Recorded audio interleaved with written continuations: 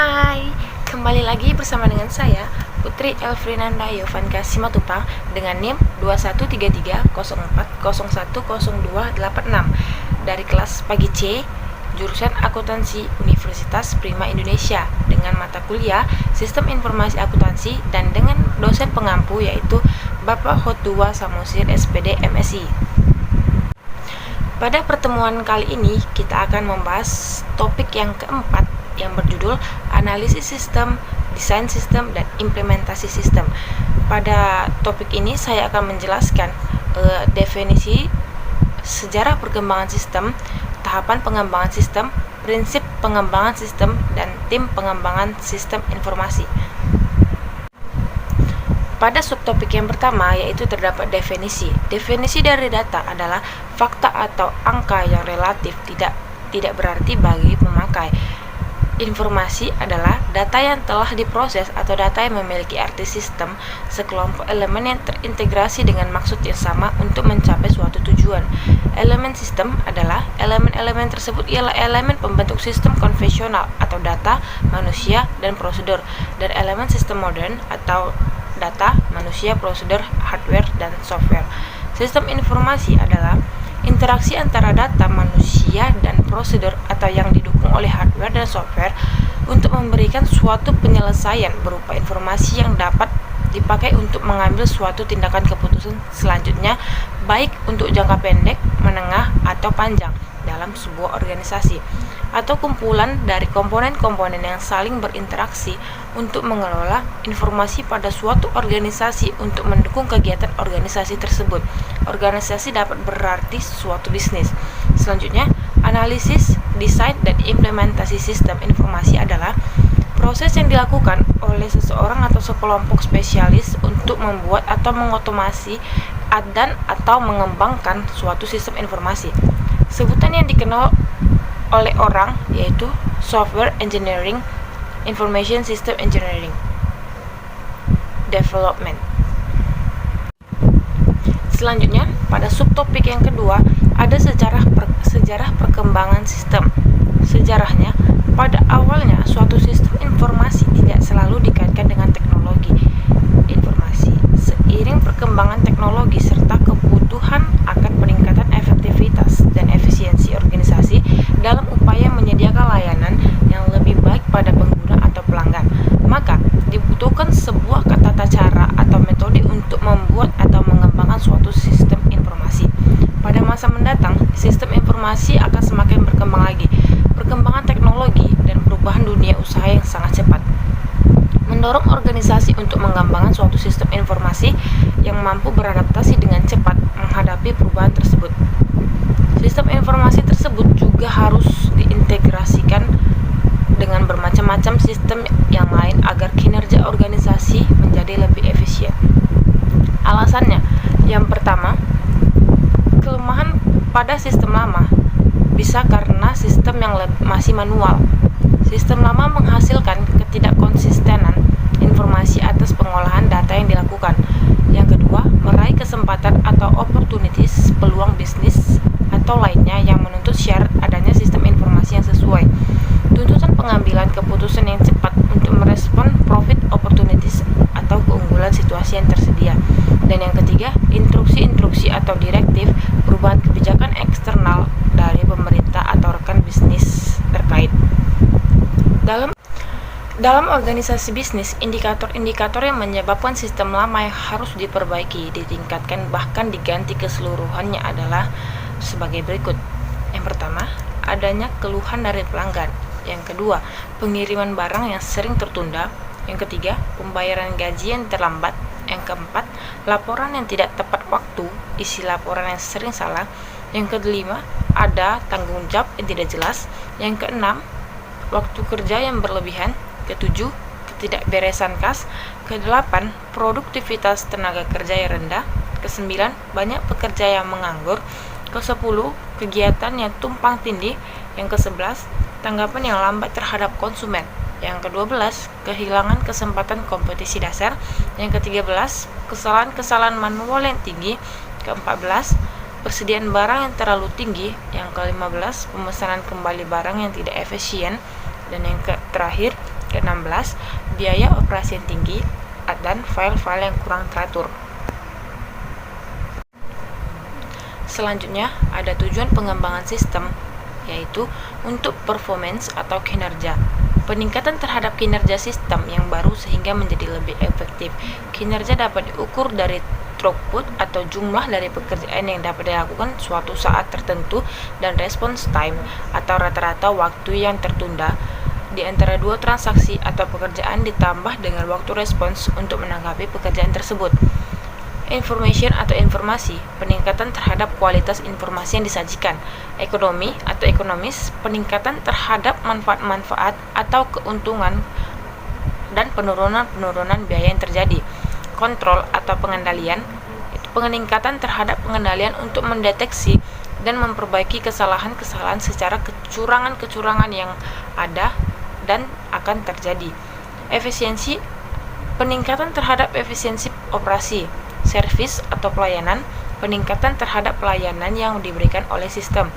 Satu set aktivitas, metode, praktik terbaik siap dikirimkan, dan peralatan terotomatisasi yang digunakan oleh stakeholder untuk mengembangkan dan memelihara sistem informasi dan perangkat lunak.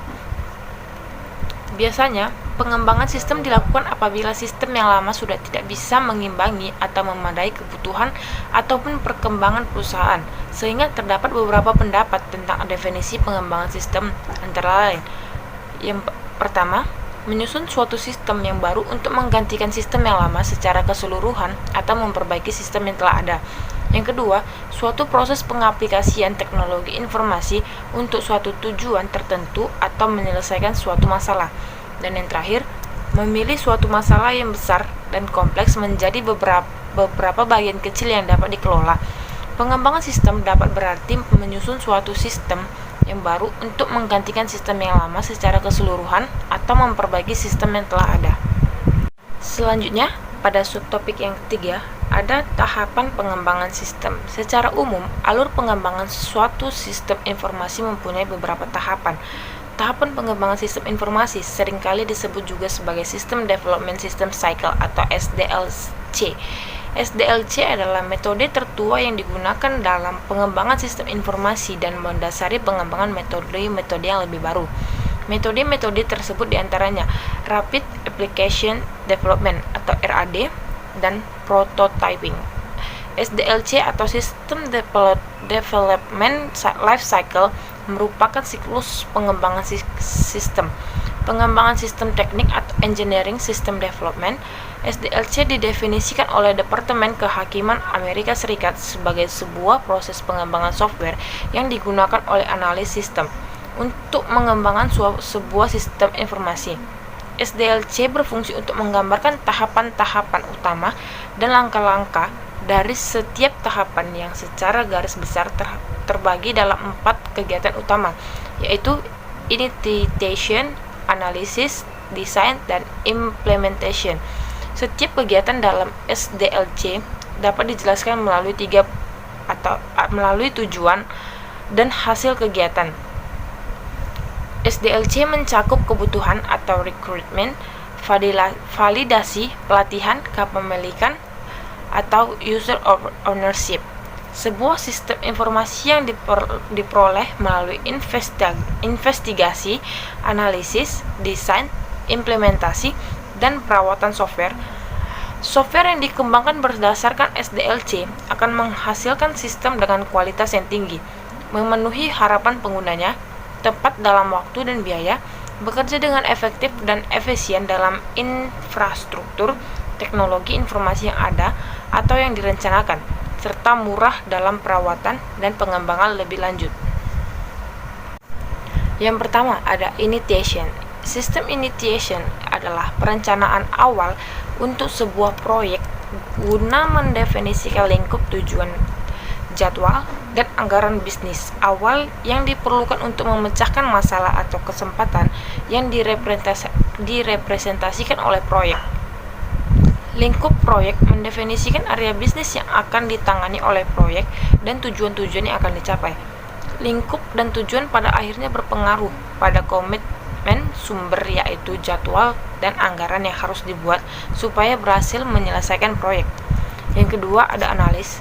Sistem analis ialah studi domain masalah bisnis untuk merekomendasikan perbaikan dan menspesifikkan persyaratan dan prioritas bisnis untuk solusi. Analisis sistem ditujukan untuk menyediakan tim proyek dengan pemahaman yang lebih menyeluruh terhadap masalah-masalah dan kebutuhan-kebutuhan yang memicu proyek. Area bisnis dipelajari dan dianalisis untuk memperoleh pemahaman yang lebih merinci mengenai apa yang bekerja, apa yang tidak bekerja, dan apa yang dibutuhkan. Yang ketiga ada desain. Sistem desain ialah spesifikasi atau konstruksi solusi yang teknik dan berbasis komputer untuk persyaratan bisnis yang diidentifikasikan dalam analisis sistem. Selama desain sistem pada awalnya akan mengeksplorasi solusi teknik alternatif.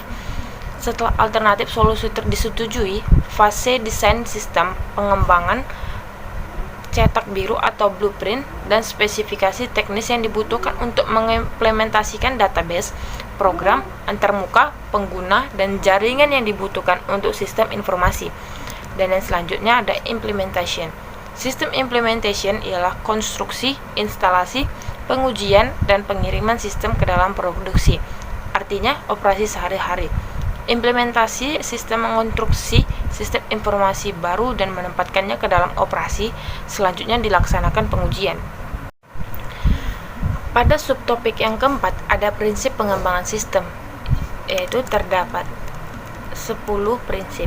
Yang pertama, melibatkan para pengguna sistem guna menghindari konflik antara pengguna dan pengembang sistem. Maka dalam menciptakan solusi dengan teknologi yang menarik harus melibatkan pengguna sistem yang mengetahui masalah-masalah organisasi yang sebenarnya. Hal ini dilakukan karena tujuan akhir dari pengembangan sistem ini adalah untuk mendukung kebutuhan yang diperlukan oleh pihak manajemen. Yang kedua, menggunakan pendekatan pemecahan masalah cara klasik, mempelajari dan memahami masalah, konteks dan pengaruhnya, mengedefinisikan persyaratan yang harus dipenuhi oleh semua solusi, mengidentifikasikan solusi-solusi calon yang memenuhi persyaratan dan memilih solusi terbaik, merancang dan atau mengimplementasikan solusi terpilih, mengamati dan mengawasi pengaruh solusi dan memperbaiki solusi tersebut. Analisis sistem harus mendekati semua proyek dengan menggunakan beberapa variasi pendekatan pemecahan masalah tersebut. Yang ketiga, bentuk fase dan aktivitas fase-fase yang dapat dibentuk dalam pengembangan sistem adalah didefinisikan lingkup, analisis masalah, analisis persyaratan, desain logis, analisis kebutuhan, desain fisik dan integrasi, konstruksi dan pengujian serta instalasi dan pengujian. Yang keempat ada dokumentasi. Sepanjang pengembangan dokumentasi sangat berguna untuk pengembangan sistem berikutnya. Dokumentasi seharusnya dilakukan dari awal pengembangan sistem sampai proses tersebut selesai dilakukan. Dan yang kelima, ada bentuk standar untuk mencapai atau memperbaiki integrasi sistem. Organisasi beralih ke standar-standar yang berbentuk arsitektur teknologi informasi enterprise. Contoh standarnya adalah teknologi database engine, teknologi perangkat lunak, dan teknologi antarmuka. Yang keenam ada kelola proses dan proyek. Manajemen proses adalah aktivitas terus-menerus yang mendokumentasikan, mengajarkan, mengawasi penggunaan, dan memperbaiki metodologi yang dipilih oleh organisasi untuk pengembangan sistem. Manajemen proses peduli pada fase aktivitas, barang siap dikirim, dan standar kualitas yang seharusnya diterapkan secara konsisten ke semua proyek. Manajemen proyek adalah proses pelingkupan perencanaan, penyediaan staf, perorganisasian, pengarahan, dan pengontrolan sebuah proyek untuk mengembangkan sebuah sistem informasi dengan biaya minimal dalam jangka waktu yang ditentukan dan dengan kualitas yang dapat diterima. Yang ketujuh, sistem informasi sebagai investasi modal. Pengembangan suatu sistem tertentu memerlukan modal yang besar sehingga pengembangan sistem juga merupakan sebuah investasi untuk perusahaan itu sendiri. Beberapa hal yang harus diperhatikan terhadap investasi modal adalah semua alternatif yang ada harus diinvestigasikan, dan investasi yang terbaik harus bernilai. Hasil yang diperoleh dengan menyeimbangkan biaya seumur hidup pengembangan, perawatan, dan pengoperasian sebuah sistem informasi dan keuntungan-keuntungan yang diperoleh oleh sistem tersebut. Yang kedelapan, membatalkan atau merevisi lingkup pendekatan creeping commitment dapat dilakukan. Merevisi lingkup, yaitu strategi tempat kepraktisan dan resiko dievaluasi ulang secara berkesinambungan melalui sebuah proyek. Anggaran dan tenggat waktu proyek disesuaikan, mendefinisikan bagaimana tiap unit bisnis akan berkontribusi pada rencana enterprise. Yang kesembilan, membagi dan melakukan dalam analisis sistem. Prinsip ini sering disebut factoring, yaitu dengan berulang-ulang membagi masalah yang lebih besar atau sistem ke dalam bagian-bagian subsistem yang lebih mudah dikelola, menyederhanakan proses pemecahan masalah. Yang terakhir adalah mendesain sistem untuk pertumbuhan dan perubahan. Bisnis berubah setiap waktu, kebutuhan berubah, prioritas juga berubah. Untuk alasan ini, maka metodologi yang baik harus mencakup kenyataan perubahan. Sistem harus didesain untuk mengakomodasikan persyaratan-persyaratan pertumbuhan dan perubahan. Hal utama dalam pengembangan sistem. Yang pertama ada produk. Produk adalah produk yang harus dihasilkan pada setiap tahap pengembangan sistem informasi. Kesalahan dalam pembuatan produk dalam setiap tahap akan menyebabkan kesalahan yang semakin besar pada produk akhir. Yang kedua, proses. Proses adalah proses pengembangan sistem informasi. Proses ini meliputi tahapan pengembangan mulai dari tahap feasibility sampai implementation. Jika proses tersebut tidak dilaksanakan sesuai dengan jadwal, maka kemungkinan kegagalan proyek menjadi semakin besar. Selanjutnya, pada subtopik yang kelima, ada tim pengembangan sistem informasi. Suatu proyek pengembangan sistem informasi biasanya dikembangkan oleh sebuah tim. Tim tersebut biasanya terdiri dari beberapa posisi sebagai berikut. Yang pertama ada project leader, yaitu penanggung jawab utama proyek pengembangan sistem informasi. Seorang project leader harus mampu mengatur waktu dan sumber daya agar sistem informasi dapat diselesaikan sesuai dengan target yang telah ditetapkan. Dalam sebuah proyek pengembangan sistem informasi, sebuah project leader sebaiknya tidak merangkap jabatan lain untuk menghindari adanya konflik kepentingan. Yang kedua ada sistem analisis, yaitu orang yang bertugas untuk melakukan analisis terhadap kebutuhan user dan kemudian mendokumentasikan kebutuhan user tersebut dalam suatu dokumen yang teknis yang mudah dipahami oleh anggota tim pengembangan sistem informasi. Seorang sistem analis yang baik sebaiknya mempunyai pengetahuan di bidang sistem informasi dan pengembangan perangkat lunak, sehingga dia mampu mempresentasikan kebutuhan user dengan baik dalam satu dokumen. Selain itu, sistem analis juga dituntut untuk mempunyai pengetahuan umum yang luas agar mempermudah dalam memahami kebutuhan user. Yang ketiga ada sistem designer, yaitu orang yang bertujuan untuk mendesain sistem berdasarkan dokumen kebutuhan user. Yang keempat ada programmer, yaitu orang yang bertugas untuk mengimplementasikan desain tersebut menjadi kode program. Yang kelima, software quality assurance atau SQL, yaitu orang yang bertugas untuk memastikan semua proses pengembangan sistem informasi berjalan dengan baik dan memastikan produk yang dihasilkan sesuai dengan yang diharapkan. Yang terakhir, kesimpulan. Hal penting untuk sukses implementasi sistem adalah kebutuhan untuk menetapkan sebuah rencana implementasi sistem. Rencana ini harus meliputi jadwal waktu yang terperinci dan anggaran yang menunjukkan keseluruhan aktivitas kunci dalam rencana implementasi.